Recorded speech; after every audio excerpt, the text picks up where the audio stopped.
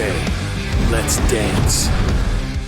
Hey yo friends, super welcome to this video and thank you so much for clicking on it. Guys, today we're reviewing Evil West. And to be honest, I had such high hopes going into this game because I've been really lacking a Gears of War type game, and this really looked to deliver on those aspects. But did it? Let's find out together, shall we? Let's do this.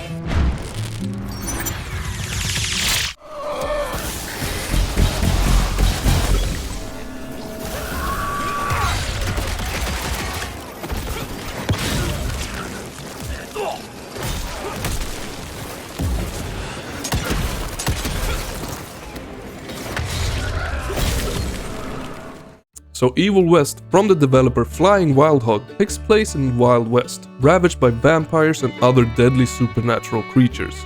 The Rentier Institute has dedicated itself to hunting down these monstrosities in an effort to protect the citizens of the American frontier. While it may sound entertaining on paper, Evil West's story is B-grade, with paper-thin characters that speak in one-liners and are all various degrees of obnoxiousness. The plot is very predictable and the villains are very generic, but ultimately the story is incidental.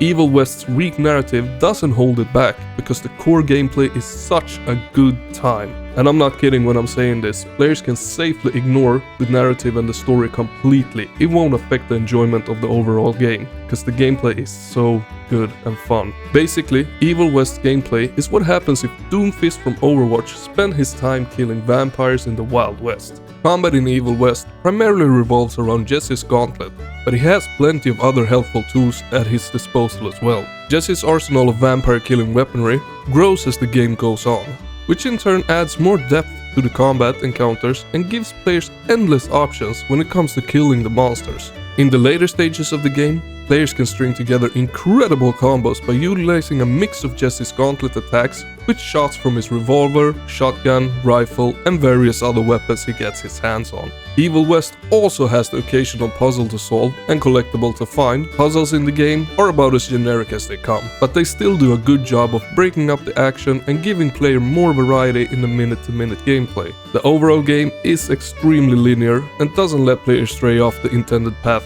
too often. And to be honest guys, with its simplified approach to level design and linear progression, Evil West sometimes feels like a game pulled straight out of 2005. And to be quite frank, that's not an insult.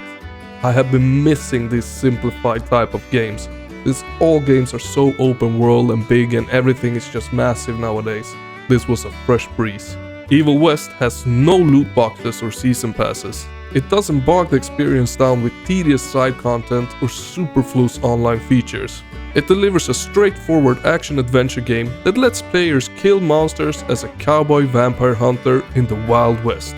As I said, it's a kind of a game that's difficult to come by in today's gaming industry, and so it stands out more than one would expect. One downside to the game though is its length. I would say that the most players could beat the game in 10 hours or less.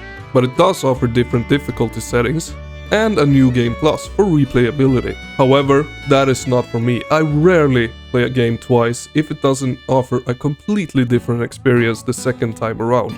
I won't play a game again just to increase the difficulty. That's not me.